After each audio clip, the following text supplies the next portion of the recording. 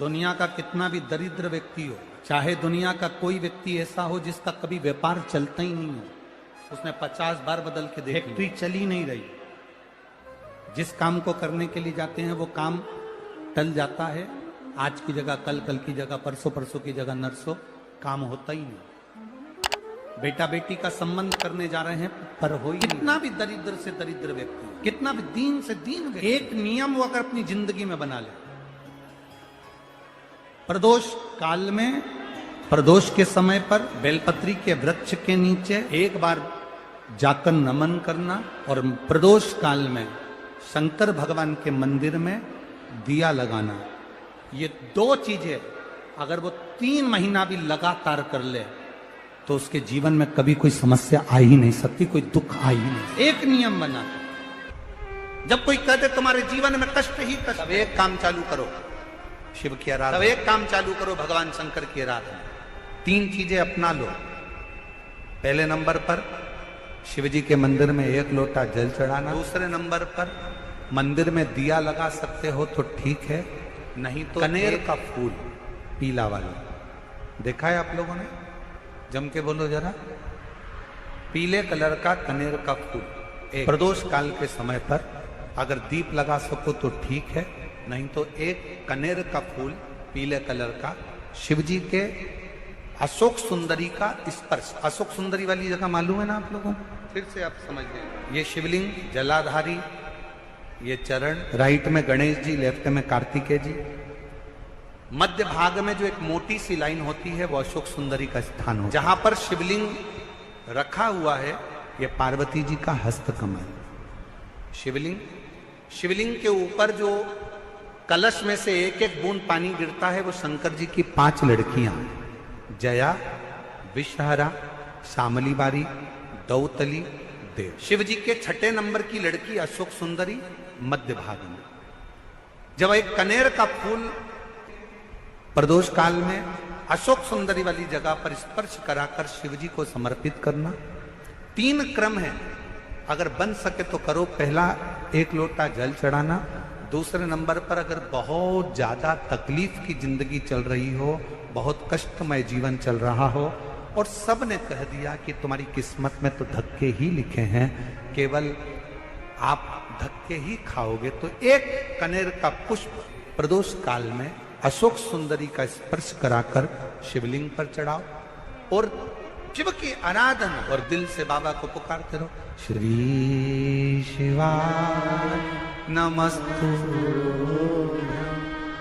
श्री शिवाय नमस्तु। और मेरी जीजियों, मेरे जीजाओं, मेरी बेटियों, बेटाओं, मेरी माताओं, एक बात और आपसे कहा, जब आप पशुपति नाथ का व्रत करो ना, पशुपति व्रत को अगर आप धारण करो, या सोमवार का व्रत करो, या शिवरात्रि का व्रत करो, या प्रदोष का व्रत करो, या आप शंकर जी के मंदिर में जाकर कोई उपास, कोई व्रत, कोई पूजन कर रहे हो ना, तो एक निवेदन और आज इस व्यासपीठ से करें आप लोगों के लिए, आपकी पूजन की थाली में सब कुछ है, सब कुछ, और जो आपके पास में बैठकर पूजन कर रही है उसकी थाली में अगर कोई कमी रह गई है ना, तो शिव महापुराण ये भी कहती है कि शंकर के सामने बैठकर किसी की पूजन की थाली में भी कमी मत देखो, बन सके अपनी पूजन की थाली में से थोड़ा सा सामान उसकी थाली में रख दो, प्रयास करना कि वो कमी ना देखी जाए। अगर हम भगवान की साक्षी में भी अगर कमी देखेंगे तो हमारे जीवन में कमियां बढ़ती चली जाए। हम क्यों करें? हे गुरुजी, हमारी टेम्परेरी नौकरी है,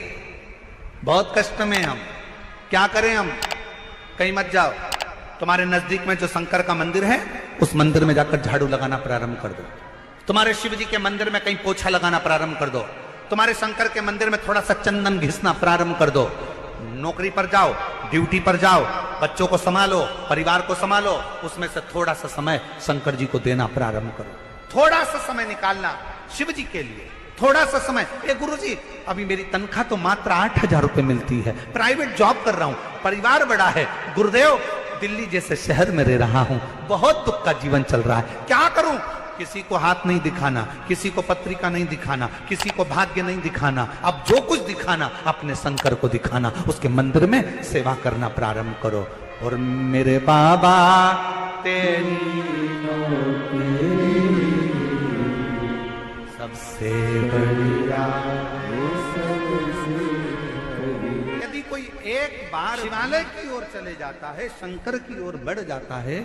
शिवालय की ओर बढ़ जाता है, तो उसके पितर, उसके पूर्वज और उसके जीवन में कितने भी दोष हों, वो सारे के सारे दोष समाप्त होते चले। शायद इसीलिए शिव जी पर चढ़ाया गया एक लोटा जल हमारे घर का पितृदोष हो चाहे अन्य दोष हो, वो भी समाप्त कर दे।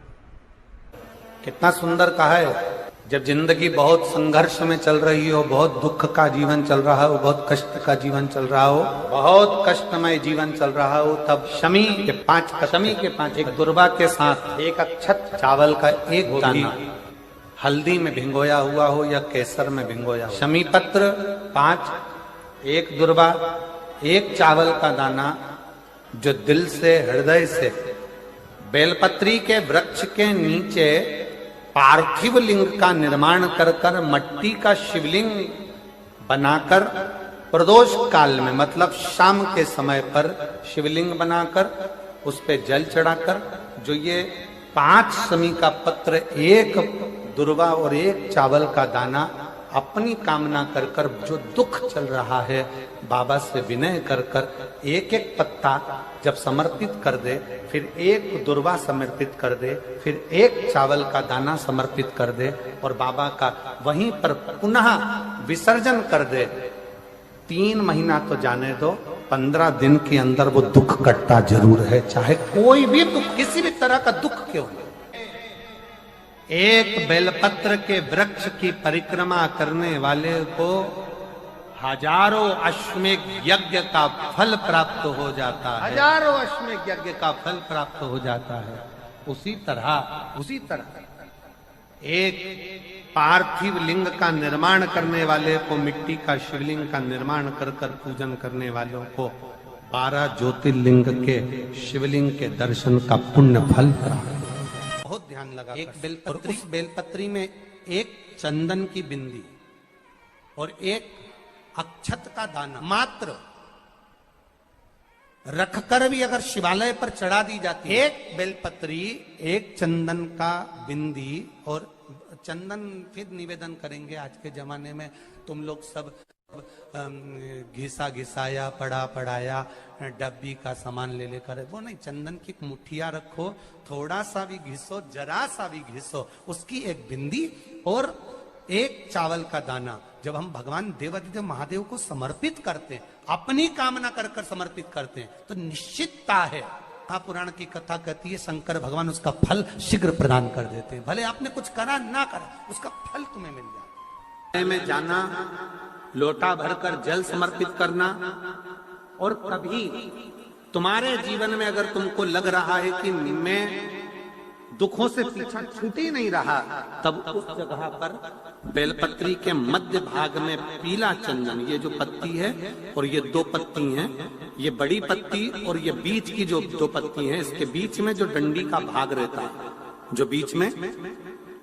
डंडी का जो भाग है, बड़ी पत्ती और ये 2 छोटी पत्ती के मध्य में जो डंडी का भाग है, उस डंडी के भाग में पीला चंदन और एक अक्षत पीला,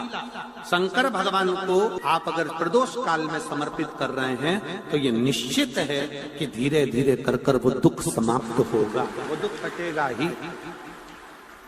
प्रगत वर्णन किया गया शंकर भगवान की आराधना में, शिव की आराधना में, जब तुम्हें लगता है कि तुम्हारा व्यापार नहीं चल रहा, कोई तुम्हें धोखा दे रहा है, लक्ष्मी नहीं आ रही, बहुत चिंता में पड़े हुए हो, बहुत टेंशन में जिंदगी चल रही है, बहुत बीमारियां तुमको घेर ली है और चारों तरफ अंधेरा ही अंधेरा नजर आ रहा है, तुमने विचार करा अब मैं तो मर जाऊं तो अच्छा, मैं सुसाइड कर लूं तो अच्छा, मैं मर जाऊं तो अच्छा, तो मरने से पहले एक काम कर कर देखना, शंकर भगवान की आराधना कर कर देखना, शिव पर एक लोटा जल चढ़ा कर देखना, और ज्यादा चिंता, ज्यादा टेंशन हो तो बेलपत्री के जड़ को घिसकर उसका चंदन बनाकर शंकर को लेपन कर कर उसकी भी आराधना कर कर देखना कि बेल चंदन का फल क्या।